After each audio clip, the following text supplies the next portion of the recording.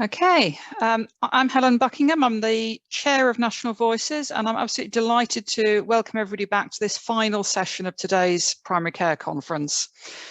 We've had some really good discussions. I hope everybody's been with me enjoying the sessions that we've had on communications, the discussion between Sean Linton and Dr. Claire Fuller on kind of leadership and the whole vision for primary care that's set out by NHS England at a national level, and that really practical discussion on team working. But in this final session, we're going to return to that overarching vision, which was set out at the beginning of today. Got a little bit of housekeeping before I introduce our speakers. So you're very welcome back to this final session. We've got five counting Jacob, 5 speakers in this final session. And if you've got any questions for them, do please post them in the chat, and Pavi will pick out some questions to come back to at the end. Do please mute yourself if you're not speaking, but if you feel comfortable with having your cameras on, then it's really great to be able to see everybody's faces when the speakers are there. We do have closed captions enabled. We do have somebody who's doing speech to text translations, and we do have 2 BSL interpreters on the call today as well. But if anybody's got any accessibility needs that our tech hasn't enabled you to address, then just ask Lucy or Alea in the chat, or email our info email address, and we'll sort you out. But I hope by the time we got to this point of the day, everybody's been able to join in with the conversation. This final session is going to be recorded, and it'll all be posted along with the other sessions on our YouTube channel later on. So back to the vision. I think one of the things that really struck me about the vision was how practical it is. You know, this is not some kind of highfalutin, something that can't be delivered for another 10 years thing. This is really about getting the basics right so that people who use primary care services, and indeed people who deliver primary care services, have a good experience of doing both. But in some ways, the vision is the easy bit. It's implementing the vision, which is always the challenge. And that's really the focus of our final session today. So we're going to kick off with Jacob Lant. Jacob's been introducing himself all day as the new Chief Exec of National Voices, and I've got a question for him as to when we can stop saying new. Jacob's been with us since the beginning of May, but he's just going to give us his reflections on the key themes of today and some of those big implementation challenges that are facing us. So Jacob, over to you. Thank you, Helen. I'm going to try and get away with being new for as long as possible, so thank you. I've been asked to do a few just reflections on what I've heard today and how that relates to the vision, and then talking a little bit about some of the sticky problems about actually implementing it. So I'm going to try and do that in 10 minutes if I can. Can we go to the next slide, please? So obviously this is just a recap of the 9 principles. I won't revisit all of them again, but what I would say is I think the first message I've heard from today is that no one has said they don't agree with this. No one has said that's completely wrong, we need to rip that up, that doesn't make any sense. Actually, I've heard quite a lot of endorsement for all of this, and so that's really encouraging, firstly, that we're on board with vision. So the second thing I've heard from today is actually the point from Claire Fuller's and Sean Linton's session was about satisfaction, how satisfaction has plummeted in primary care, and the clarification that that's around access, not quality of care. So actually people still like the quality of care they're getting, and for 80% of people it's still high quality. But I think actually what we heard in the second session today about communications is probably for the 20% of people that we really need to be worrying about here, actually, that it's not just about access. Actually, the quality of care that people are receiving is not good enough. And I think we need to be frustrated, and we need to be challenging and calling that out, because for those 20% of people, they're the most affected by health inequalities. They're the most affected by if they don't get the care and support that they need. So I think we need to really hold that yes, the plummeting satisfaction figures are about access, but that doesn't necessarily mean that quality is good for everybody. We need to really hold on to that as we try and think about the vision and improvement. Continuity of care has been a massive theme, and we've talked about that not just being the GP anymore, and actually a whole range of different roles in primary care being able to provide continuity and support for people, everyone from pharmacists to receptionists. And I think that's great that we could be talking in those terms. But we also need to the NHS needs to bring people on that journey and explain that these different roles and how they're working, what the expectations are now for when people access primary care. We've heard about a big focus on prevention and proactive services, and how that the services, primary care, can be going out to communities and finding people and engaging early in order to help keep people healthy. And I think that's also something that's very much in line with broader policy at the moment. The neighbourhood model that Claire Fuller talked about seems to be very much in line with how we would deliver this sort of a new model that's developed with communities. It provides continuity of care, and it can be flexible to the different assets available in different communities. So I think a real support for the neighbourhood model. And in many ways, actually, we don't need to avoid thinking too much about traditional models, about whether is the partnership model right in primary care, or should we be thinking about a different model of primary care? Let's not worry too much about that. Each area, each practice, each PCN can have its own model, but they need to be developed with their communities to make sure that we're providing the right care. And that the teams in those communities need to be broader than they perhaps are at the moment. So we heard a bit about how MDTs are bringing together lots of different professionals, but actually we maybe need to expand that to include dentistry, optometry, audiology, also secondary care services as well, to make sure that we're providing holistic care for people. And that those teams can be wider still, to think about housing support and benefits and all the other sorts of different things that go on in a community to help people live their lives. So actually we can think more broadly about some of the teams that are working in primary care. And lastly, I think the other theme I heard was around the role that the voluntary sector can play in helping primary care build relationships with their communities. Actually, the voluntary sector partners have got real connections into all sorts of different community groups, and they can help create a trusted relationship with the NHS to help us work together, particularly when we're looking to co-produce services for the whole community. So I think that role that the VCSE can play is really critical. We've had that on a number of occasions, but also that if that's to succeed, then it needs to be resourced, and it needs to have investment to help the NHS work with the VCSE to build trust with the local communities and explain how services are changing for the better. So that's some of my reflections on the conference and what we talked about today. If we move on a little bit to the stubborn issues, can we move to the next slide, please? I wanted to share this quote with you because I think this, for me, is one of the really sticky points that we need to change if we're going to move forward. And the quote is, most people don't listen with the intent to understand. They listen with the intent to reply. And while that is it sounds like one of those inspirational quotes that you might see on Instagram or LinkedIn, I think it does actually serve a real purpose here, and particularly in relation to something like the primary care recovery plan, which I'll give as an example. That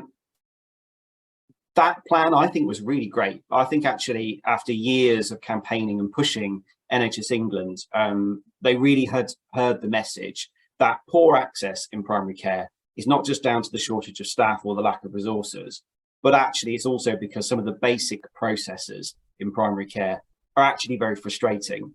And in some cases, they've been deliberately frustrating because that's a way that we've been able to manage demand, even if that's managing demand in not a great way. But even that really good report showed that they've listened, they've heard that this is a problem. It was presented very much as, yes, we're listening, and look at all this fabulous stuff that we've got planned to fix it. Rather than actually stopping for a second and saying, we've heard what the problem is, we've got some ideas how it could be improved, but what do you think? Actually really engaging, involving communities and listening more carefully. Can we move to the next slide, please? So I think listening really carefully to people and really helps us to understand the nuance of what they're saying. And if you take, for example, one of the solutions in the primary care recovery plan about digital telephone systems and how that's going to end the 8 AM scramble challenges, which are a perennial problem. We know that digital telephone systems can help in a number of different ways. So they can mean that no one gets an engaged tone anymore when they ring the GP, which prevents a massive frustration. We know that patients can be given more information whilst they're on hold that can direct them to other services or help set expectations about how long they might have to wait, and both of those can be really helpful. We also know that people will be able to request a callback service. So rather than having to wait on hold for ages, racking up expensive phone bills, they'll be able to kind of request a telephone call back from the GP, and that's really helpful as well. But when you really listen to what people say about the 8 AM scramble, it's not just those things they find frustrating. And when you really listen to what they say about digital telephone systems, those who are already using them, it shows that actually a poorly designed digital menu system can be just as frustrating as an engaged tone. And it shows that people don't trust the callback services because they've built up such an impression that no one will call them back anyway. They don't use it. They think they'll lose their place in the queue, so they stay on the line anyway. So we need to think really carefully about the nuances of what people are saying, and work with them to find out, well, how could we get the callback service to work? How could we make digital telephone menu systems more user-friendly? And that needs to be a continual process. So I think that was our first thing. I want people to listen much more carefully. Can we have the next slide, please? The next sticky point I think we've talked a lot about today in the conference, but actually is about the skill mix in primary care. And I really think that whilst we celebrated MDTs earlier, yes, there's some challenges around how we communicate them to the public and to patients, but actually by and large, I think they're a good thing, and they help people be supported in a more holistic way. But I think we need to think more broadly about MDTs. And we talked a bit about how patients themselves can play a role. They can be part of the MDT, and that can be either as an individual patient themselves, or as part of patients playing roles in PPGs and helping practices consider their policies more widely. We've also talked today about peer support workers and the role that they could play in helping patients with conditions, help others who are newly diagnosed with a condition. So I think we need to think much more broadly about the MDTs and who is it that we need in there, the skill mix in the team, to have the broadest possible way of helping patients with the range of needs that they have. So I think that's my second point, is that where we're at with workforce is great, but we need to think even broader about who needs to be in the room. And then my third and final point, if we can move on to the next slide, is about engagement must be a continuous process. So one of the things that I've observed in my various roles in health and social care over the years is that we do, as a system, like to think about engagement involvement of patients, particularly in policy making, as a set piece thing, that we do it, we design the thing, we move on, and then we wait 3 to 5 years before we review the policy again. And actually, I think that creates a real problem, because if we're going to listen to the nuances of what people are saying, if we're going to be making the best of our community assets, we need to be much more agile, and we need to develop processes of listening and engaging with people continuously, so we get that feedback loop into services. We don't have to wait for the next set piece consultation to change what we're doing. But to do that is going to require a real mind shift. It's one that needs to empower professionals to be freer to talk to their patients, to talk to their communities, to work with their voluntary sector partners, to think about how we do engagement and improvement as an ongoing and continuous process, not as a set piece. And I'll stop there as my reflections on today and some of the sticky issues and how we can fix them. Perfect timing. I'm very impressed. You can stay as Chief Exec. Thank you. Right. So great to hear Jacob's reflections on the challenges. We're now going to move on to Dr. Fazana Hussain, who's a GP in Newham. She was the GP of the Year in 2019. And I've met very few people with as much energy and passion as Fazana has for getting services right for her patients. So Fazana, very much looking forward to hearing your views on the vision for primary care that we've been setting out today. Oh, and you're on mute. So sorry, I knew I had to do that. Thank you so much for having me. And if anybody's celebrating Eid today, happy Eid, Eid Mubarak. And if you're not celebrating Eid, if you live anywhere near East London, I've bought far too many Indian sweets and I'm high on them. So please come and share them. So I'm going to try and talk more slowly and not have sugar rush. So yeah, looking at these 9 priorities that Jacob so beautifully mentioned, couple of things that come straight to mind looking at them is, for example, the number the number 8, bring an end to wrongfully refused registrations. So I don't know why there is any general practice in the country that is refusing a registration unless you live out of borough or there's been an incidence of violence or something, because actually you don't need any ID documents. This has come from NHS England for a few years. Where I work, obviously there's a lot of people in East London and Newham where I work that don't have a fixed abode. We're part of a safe surgery scheme that Doctors of the World have done. That's open to every practice, just to let people know that we are, we're a safe surgery, they can come here. So I think that's quite an easy one. When I say easy, it's about education. There should not be anybody living in a borough where they have a GP. We cover all areas, unless you are, out of area because of the hospital. So I can't register somebody who doesn't live in Newham. So that's an easy one. The rest of my talk, I'm going to try and keep it optimistic, but I have some real concerns. I've been running a practice of 5,000 patients for the last 20. We're 20 years old now. I did have a partner for the first 10 years. Sadly, he committed suicide 10 years ago. So I'm going to slightly challenge Jacob on, does it matter about the partnership model? I think absolutely it does. And there's a lot in the press about that. Now, I'm going to challenge him. And I think the size here is important. So I am not advocating large partnerships, but if we are really, really going to have joined up personalized care, we need somebody in the health system to understand what that person in the community needs. And that used to be the GP. So when we talk about access, at the moment, we're measuring access in the recovery plan all about how many appointments we can give.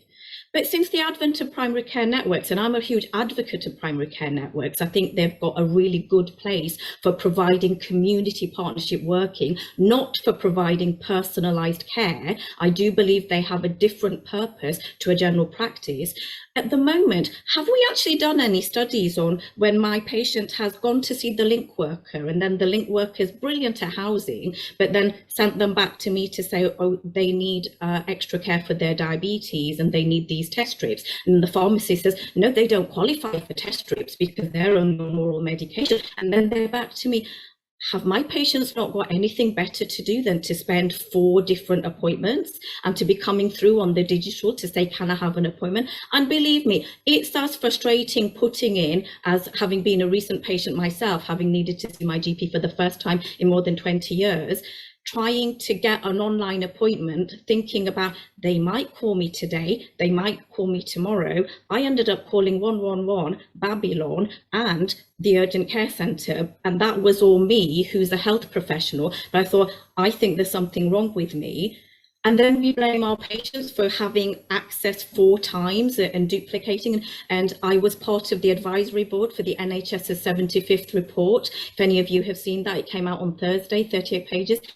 And I like the idea of the patient compact, but forgive me if I'm offending anybody who's from NHS England here, but I didn't really like the fact that, and you need to make sure you don't abuse the staff.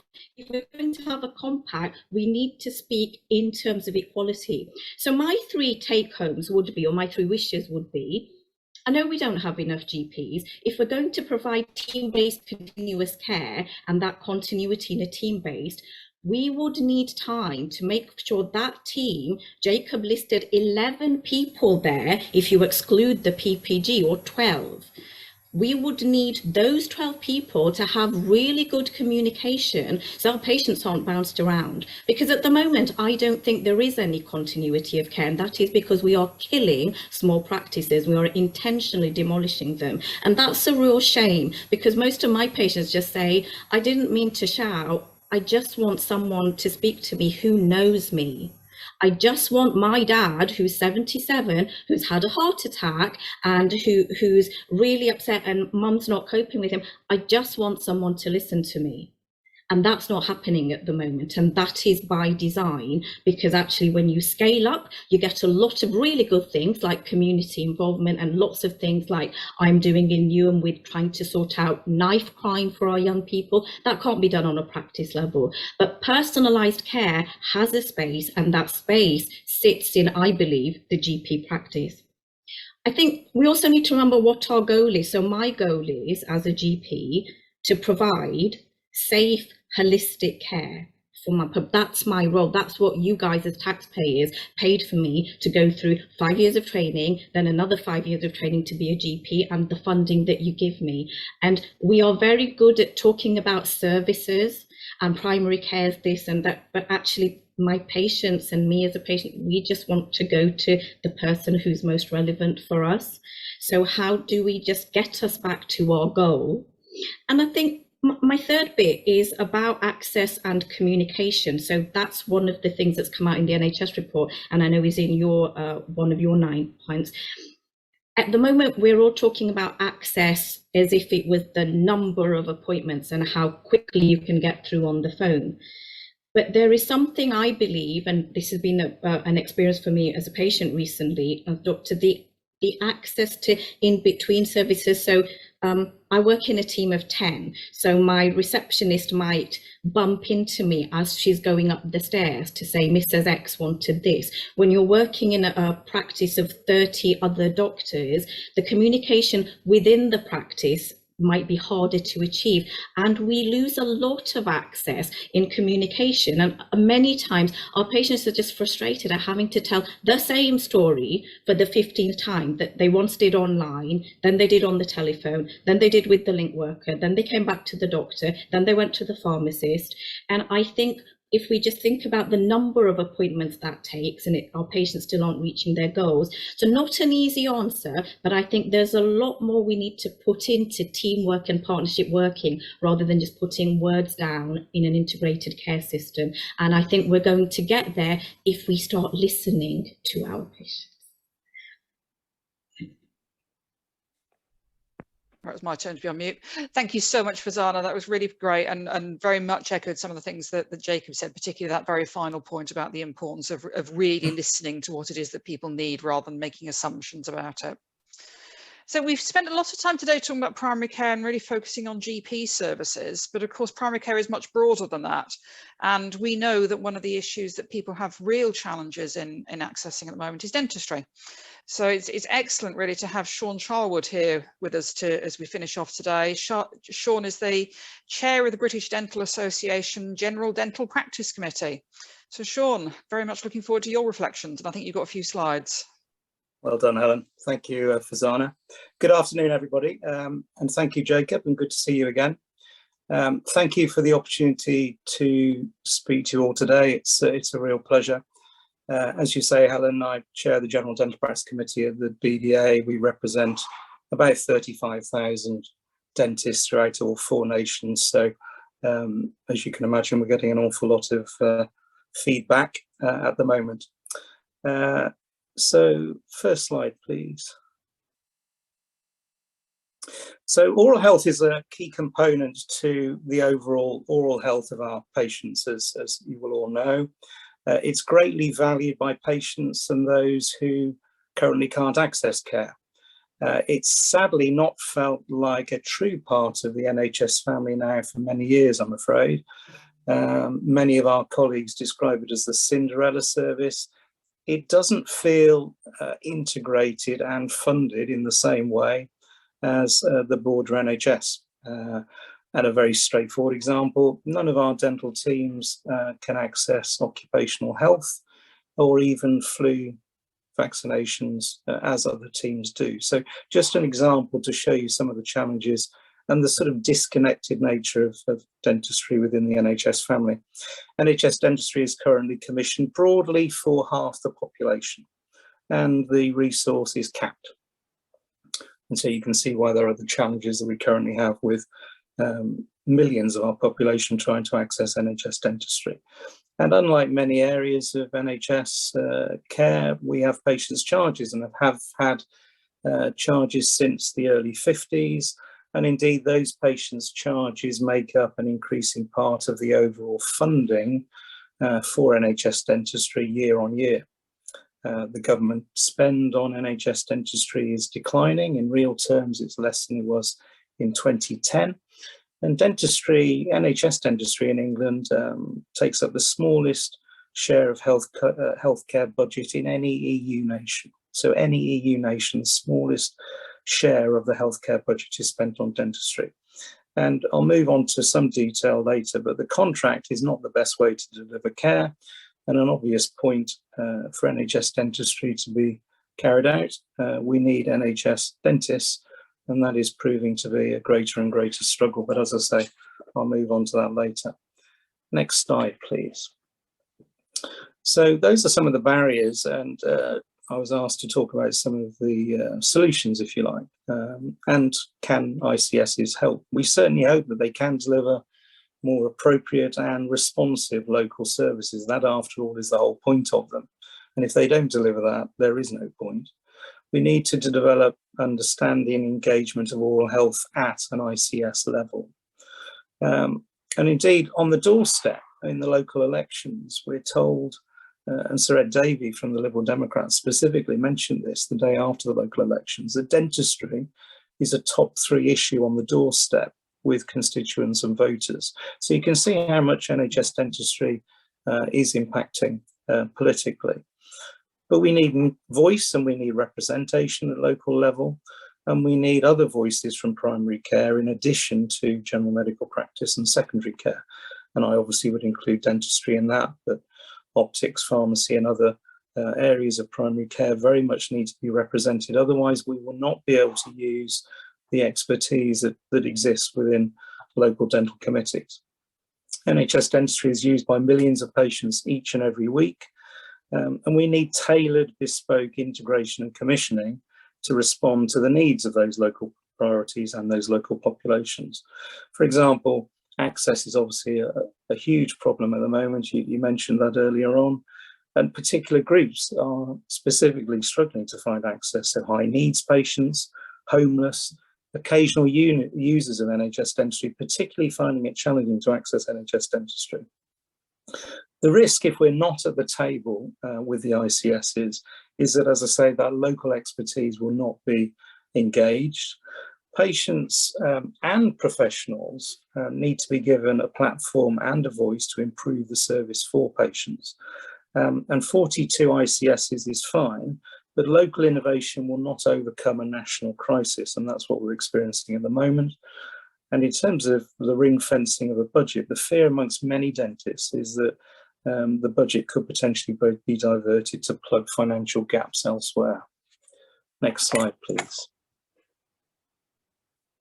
So in terms of resourcing, we've seen, as I say, 40% decline in real terms in funding and the government spend in the last decade. And that's impacted directly on the sustainability and the attractiveness of NHS dentistry. And that perhaps starts to understand and demonstrate why we have some of the issues that we have today. We've got recruitment issues to NHS dentistry, but we also, very importantly, have retention issues. The BDA and myself talk about the leaking bucket. You know, you can pour as many new dentists into the bucket, but if the system is not attractive, we will lose people as fast as we're gaining them. During COVID, we lost 11 million dental appointments in the NHS, and we calculate there are only over 4 million adults that have an unmet dental need at the moment. 90% of NHS practices are not accepting new NHS adult patients. 80% are not accepting new NHS children patients. And there's currently an underspend within NHS dentistry of about £500 million. And as a result of the contractual issues and the unsustainability of the funding, many dentists are being forced to leave the NHS dental service. It's just not sustainable. We've seen patients' charges, which I talked about earlier on, recently increased by 8.5%. We've seen almost 100 Bupa NHS practices close. And many of our patients who can't access care are living with pain and sepsis and loss of function.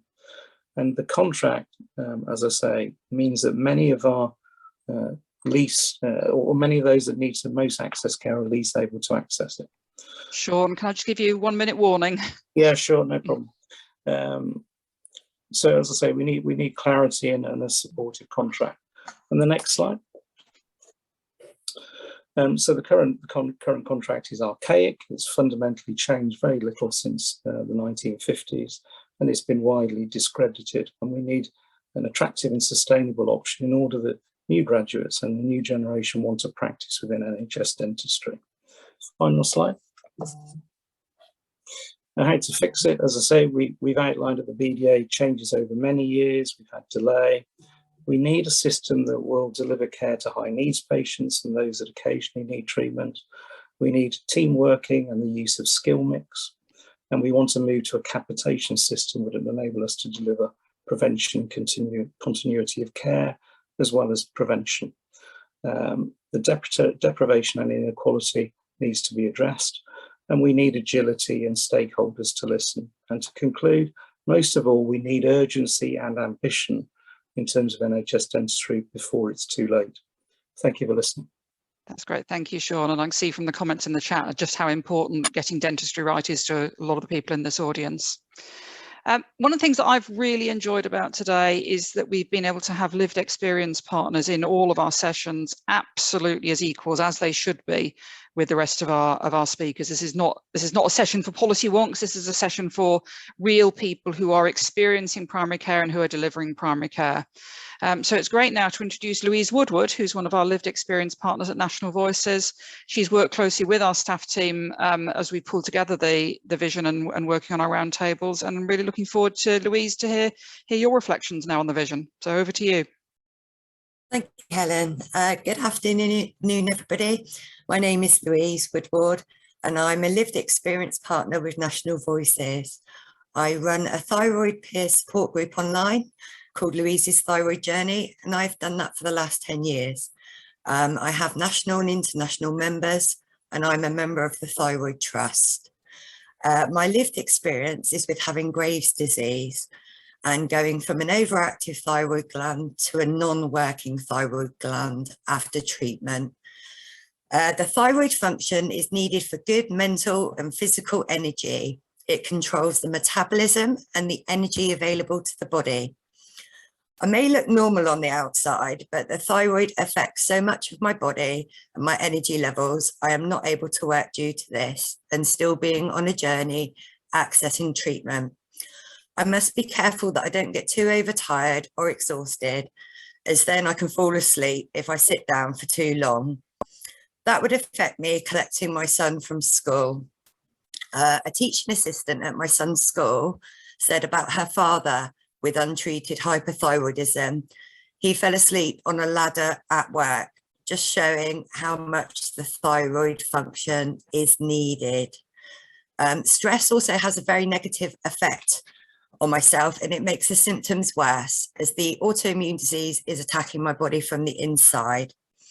And I'm also an unpaid carer for my son who has suspected autism and ADHD. I have found it very hard to access services where I live. It's classed as a deprived area, Paignton, Torbay in Devon. Although it is very lovely on the coast, there are no NHS dentists left in my area. Many cannot afford to go private, so live with teeth and gum issues. My opticians are supportive, as Graves' disease can affect the appearance of the eyes, the vision, and also cause thyroid eye disease. I've had good and not so good experiences with my GP surgery. The good was when I could read the thyroid guidelines and scientific papers, and I was able to email them to my doctor and then self-medicate so that she had the evidence that I needed further thyroid treatment and medication, as the standard thyroid replacement doesn't work for me and for many others like me. Having to navigate the healthcare system by myself has enabled me to become self-taught and educated on my condition. I have a lovely supportive nurse at the practice, and I feel able to be honest with her about how I feel. She gives me my B12 injection, and she can message my doctor, as since COVID times, it has become harder to get an appointment. The not so good experiences have been when I've had my medication removed against my needs and my choice, which left me feeling disempowered and not included as a part of my care plan. I was so pleased when I was asked to be a part of the primary care roundtables. It really brought to light the issues we share, and being a part of co-designing the roundtables and developing the principles has built up my confidence to bring my knowledge and experience to the table. It's helped me to realise the strength and resourcefulness I have gained through navigating mine and my peer group's health. I haven't worked with different policymakers and professionals previously creating something together before. I'm so grateful to be a part of the National Voices team. It's given me an extra pride in my work and support to turn my passion into co-production in primary care, where I was so amazed to see myself working on an equal level, finding solutions together to improve primary care for everyone that accesses it. It feels great to be included and to have the opportunity to be a part of the process. The principles will be the action that needs to be taken for primary care services to work for everyone. That includes you, your family members, friends, and those local in your community. Thank you. Thank you, Louise. I mean, I think the principles set out in the vision are the right principles because people like you have been able to work with us on them and make sure that they are really meaningful to people who are using services. So, you know, the honour is ours. Thank you very much. So our final speaker today is Caroline Abrahams. Caroline is the Charity Director for Age UK, who are one of National Voices members, and Caroline also fed into the vision.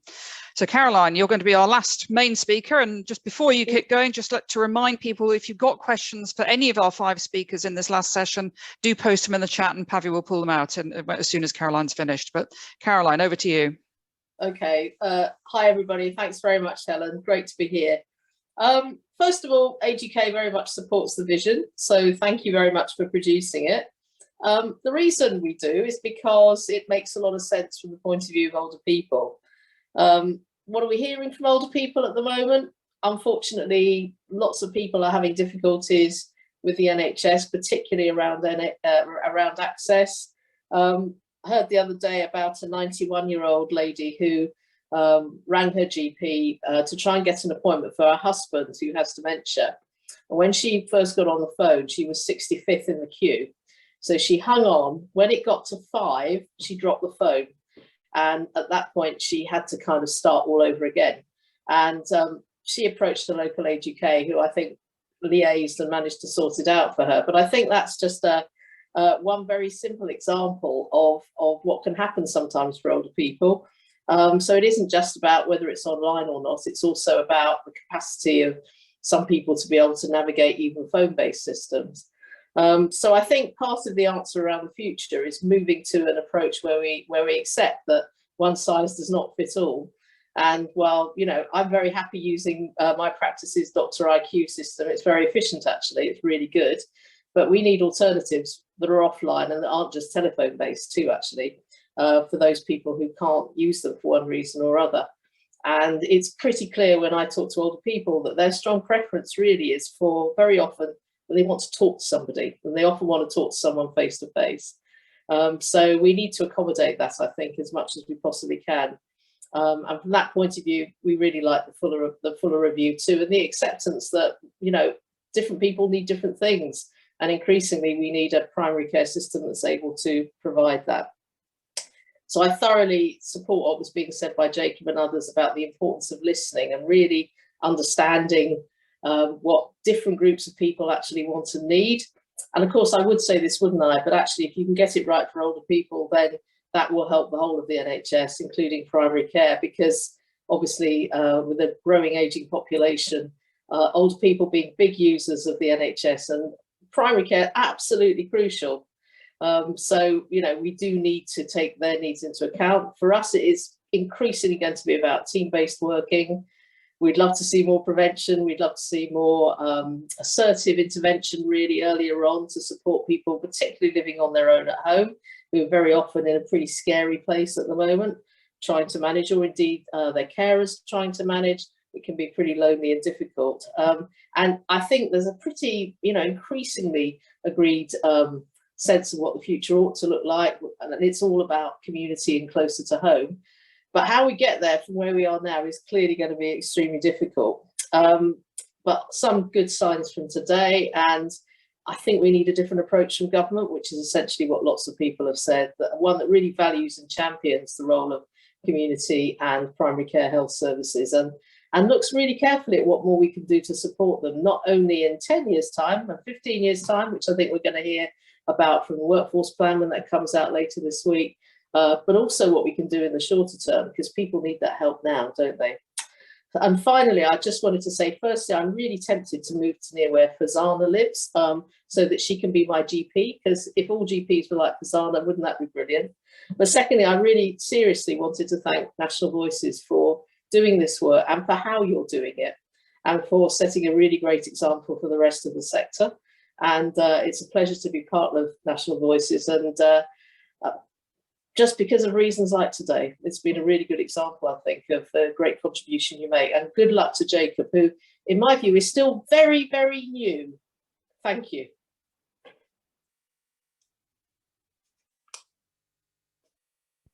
Couldn't take myself off mute. Thank you so much, Caroline. I mean, great reflections on the vision, and also very much echo your comments, both on Fazana as a GP and on Jacob's strengths as a chief executive. I'll let him be new a little bit longer then. So Pavi, I think you're going to join us now just for a final about 10 minutes on questions for the panel. Yes, of course. The chat's been very busy, so I'm glad that we've got some questions to put to the panel. The first one being that love that you're talking about personalised care. How do you feel primary care colleagues can be trained more fully in this way of working when it's so difficult for staff to be released for training? Oh, I think that might be one for you, Fazana. I mean, is it about training? Is it about the aptitude in the first place? What do you think? So I think it's both. Thank you for the question. But I do think it needs time.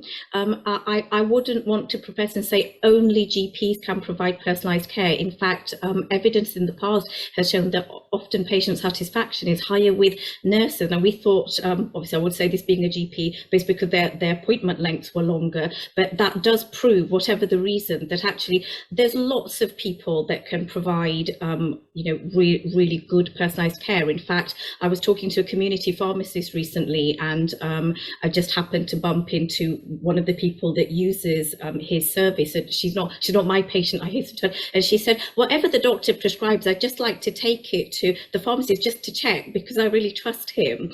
And we hear that all the time.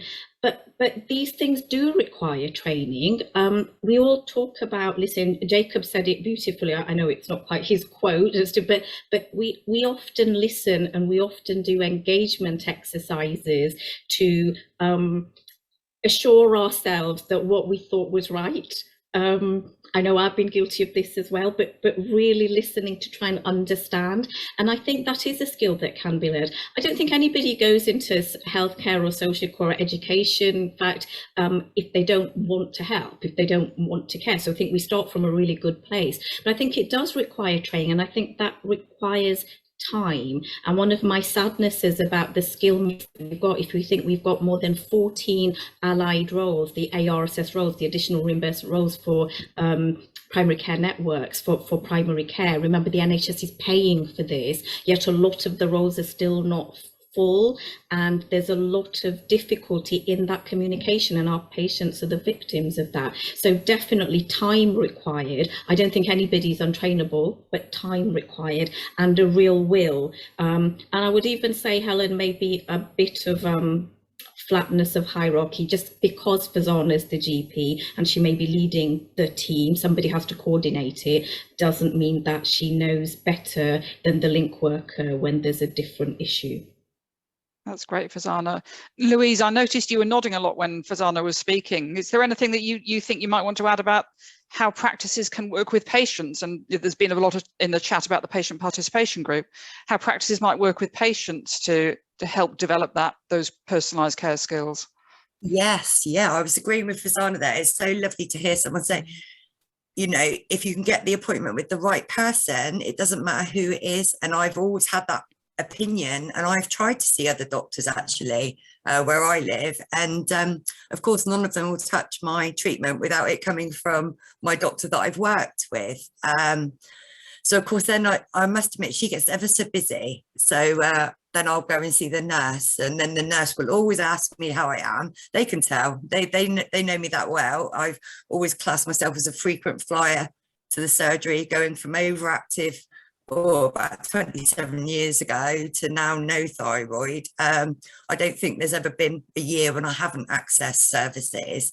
So of course I've been quite aware of the changes, and I think the voluntary sector are quite prepared to let their friends and colleagues know and their members that things are changing in primary care, that we might not access our GP, but we can kind of build up a relationship and, you know, get that point of care from someone else in the team. That's great, thank you. The pressure. Thank you. So, yeah, real strong message there about working with your local voluntary sector as well. Pavi, do we have any other questions? Yes, the next question actually follows quite closely on to what Louise was saying. There's a question here about how can patients proactively make a difference in designing services rather than waiting for the system to approach them or to come to us. Oh. Do you want to kick off on that one, Louise? Oh, you're on mute. Don't know. Can we unmute you? Yeah, me and my technical issues. Of course, there was a bubble popping up over it just to make it that bit. Sorry, yeah, to where we could go from accessing. With so how patients can be involved in designing services. Well, I think I'm sure the Thyroid Trust and myself, we've probably got a member in each county, in each ICB area. It was always my dream to kind of set apart a plan, because where I live in Paignton in Devon, it's very small and it's unheard of for people to go about doing these things. But it was always my dream to have one person in every county or every town, every village, almost being like myself, you know, having that source of, you know, enthusiasm and energy to support and advocate. So I'd like to see us working alongside professionals, you know. Caroline, is that something that you do in Age UK? Is that you work with the people who use your services? Yeah, but do you know what? Listening to the question, it reminded me really of my experience of being on a PPG. I am a member of a PPG. I joined completely pragmatically because when I joined, my mum was gravely ill and I was caring for her at home. And I thought, we were very dependent on our primary care, on our GP practice. And I thought, I know, I'm going to join that because that will really help. Because I know how the system works, basically, and it's all about relationships, isn't it? And I suppose what I think my honest answer to the question would be, if there's no real interest from a practice or no real leadership coming from other senior health colleagues across an area, it's very difficult, I think, for individual activists to be heard. Although I see that my friend and colleague Helen Hassel is on this call, and I mean, she'd be very hard not to listen to, I think.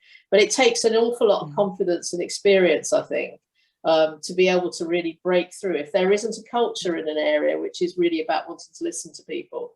Having said all that, I think in every part of the country, there are going to be great people within the NHS and in allied professions as well, who really do want to work with the public, who do want to listen. It's how you identify those as champions and what sort of support and encouragement they get within the service, I think, to be able to make that case more broadly. It might be something we need to think about. So something about going where the energy is, but also for the system to think about actually how to persuade those people who might themselves be quite scared. It might not be that they don't want to do it, it's they don't know how to do it. So there's something about the support that people have as well.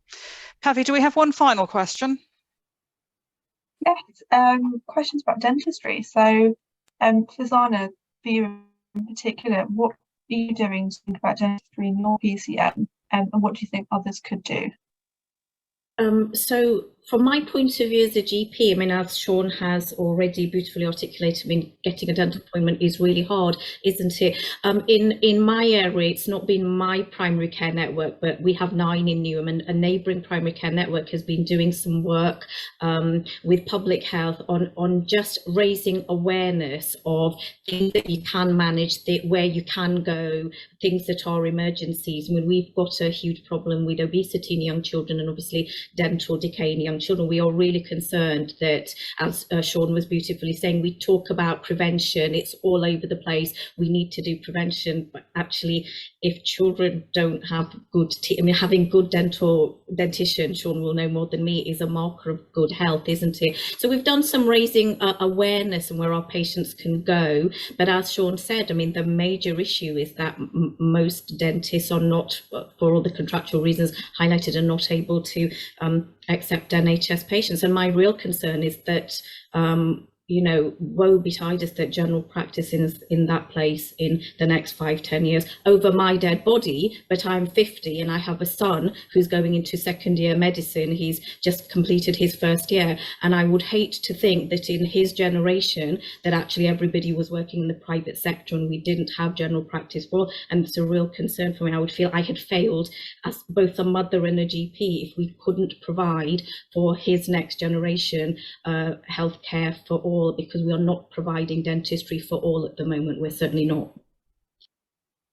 Great, thanks, Rosanna. And Sean, is there anything that you'd like to add in terms of the, what PCNs can do, or perhaps what local health watches can do in terms of helping signpost people? Yeah, I mean, this was an enormous access crisis before COVID, and it's obviously been exacerbated. Rosanna just touched on some of the initiatives in some areas around flexible commissioning. So some practices are offering sessions to people who aren't able to access dentistry but are in pain, so sessional payments. There's all that piece of work around brushing and prevention within school children. Dare I mention fluoridation? There's enormous areas of the country that have no fluoridation, which would be a tremendous asset for the prevention of dental caries. And I think in terms of flagging people in the right direction, I mean, probably a couple of years ago, I would have said ring 111 and there would be practices that were available. But I think the evidence is that there are increasingly less practices that have the capacity to see more NHS patients. And as I said, we broadly have a service that is commissioned for half the population, and there just isn't the capacity to deliver that care. I know MPs are being absolutely inundated with this, and that is actually one of the main reasons I think why we're starting to see some action, some long overdue movement on this topic. But it's a very political problem, and MPs, as I say, are literally receiving thousands of emails and letters on a monthly basis. So in terms of who I would contact Health Watch, I would certainly contact your MP if you're struggling to access care. I think 111 is worth contacting. NHS England locally and the area teams locally would be worth contacting. But I'm not going to pretend it's easy. We know how difficult it is. No, it's a really tough one. So thank you for that, and thank you to all our panelists. So that closes the final main session today. We've just got a few more minutes, a couple more things to do, and one of them involves you, the audience. So we're going to post another link to Mentimeter. You remember at the start of the day we used the Mentimeter to ask you to give us your thoughts on what primary care was like now and what you might want a vision to look like. We've got a new question for you now in the Mentimeter, and I think the link's going into the chat any minute. There it is, which is we want you to share one thing that stood out for you today from today's event, or one action that you'll be taking as a result. So the link is in the chat, or if you just go to the website, it's there at the top of the screen and you've got the code. But we're looking forward to seeing one thing that you're going to do as a result of today's event, or one thing that stood out for you. I'll give you a minute to do that before we start sharing the results.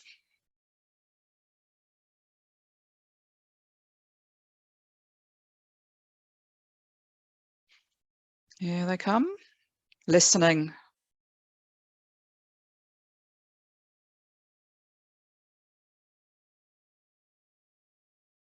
Yeah. Yes, we have more in common than we have that divides us. Or well, that's not quite the right quote, but close. Yes. Action, getting angry, involving patients, working with others. These are really good things. Can we scroll down? Listening again. Person-centered care. Passion. I saw passion on a bit earlier as well. Yes. Candor. That's so important, isn't it? That people actually tell the truth about how it is, because so if only if we do that, that we can actually make things better.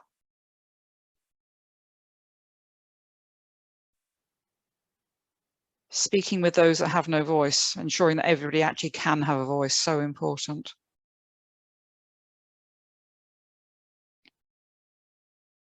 Yeah, still coming in.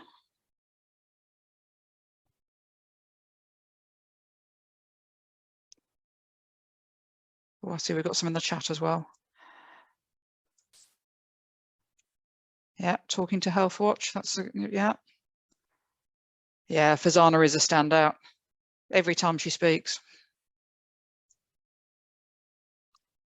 We scroll down a little bit more. Is there more to see there? No, that's the bottom. Perhaps just scroll up again. Yeah, here's a good point. A lot of good people wanting to make change. I think that's true. I mean, lots of challenges in the way, but actually, I think Fazana said it herself, people come into healthcare because they want to do good stuff. And there's something about actually how we support people to do the right thing and enable them the barriers to be removed.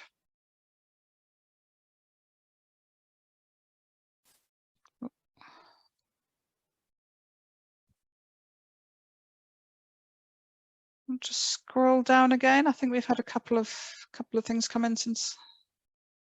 Things I don't know where they're going. Do they go in at the bottom or the top? Yeah, listening again.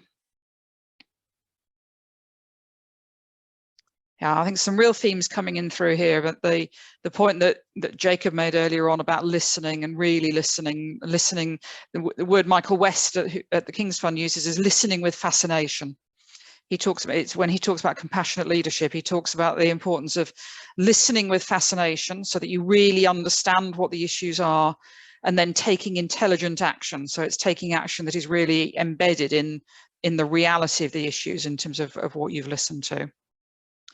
So should we just close the Mentimeter screen? We will keep all those responses. So if you haven't submitted a response yet, we will keep those, and we will make sure that they're fed back as the final result. I've got a little space for me to produce some final reflections, and I think really that Mentimeter exercise did it for me. I think we've heard so many powerful messages today about the importance of, as I said at the beginning of this session, about getting the basics right, really making sure that we understand properly what it is that matters to people who are using primary care, what it is that matters to people who are delivering primary care, and making those things happen. And some of it is a bit about money, but a lot of it is about the attitude and the way in which we work with each other, and we see ourselves as a team. We see the healthcare professionals, the voluntary sector, and the patients themselves as a team, all of whose raison d'etre, the reason for being there, is to ensure that the patients get the right care in the best way that's possible for them. So I think, money is a challenge, the workforce is a challenge. I mean, we can't hide those things, but actually the energy that people have got to addressing those concerns and doing the right thing has been really palpable today, and I really appreciate the contributions that every single person has made. Now, I do have some thank yous, and I'm going to look at my sheet of paper so I make sure I don't miss anybody, because I think it's really important. So every single person who's spoken today and every single person who's put something in the chat, you have contributed to making today the success that it's been, and thank you so much from all of us at National Voices. All of our members, we've got over 200 members now, and the networks that those members have, all of the insights that those people brought to contribute to the reports that we've launched today and the discussion that we had today. I mentioned the lived experience partners already, but I'm going to do it again. This day could not have been the same. The reports would not have been the same without your contribution. So particularly Robin and Louise, but everybody who's contributed, thank you so much. The whole staff team and our associates. So we've got particularly Alea, Lucy, Rosie, Pavi, Kem, Kate, Jonathan and Sam, who was on secondment from the Neurological Alliance. You are the people that we're particularly thanking, but we're thanking all the behind the scenes people as well. And we're thanking Jacob for his role as the new chief exec in pulling everybody together and really driving the team to enabling the team to make this happen so successfully. Money is important, and we very much appreciate the contribution that Astra Zeneca made as our funders. They provided a sponsorship grant to the programme of work on the future of primary care, but really important to be clear that actually this work has been done independently as well. Diabetes UK also provided a contribution, as did the Department of Health and Social Care, NHS England and the UK HSA through the way in which they funded the work on the Health and Wellbeing Alliance.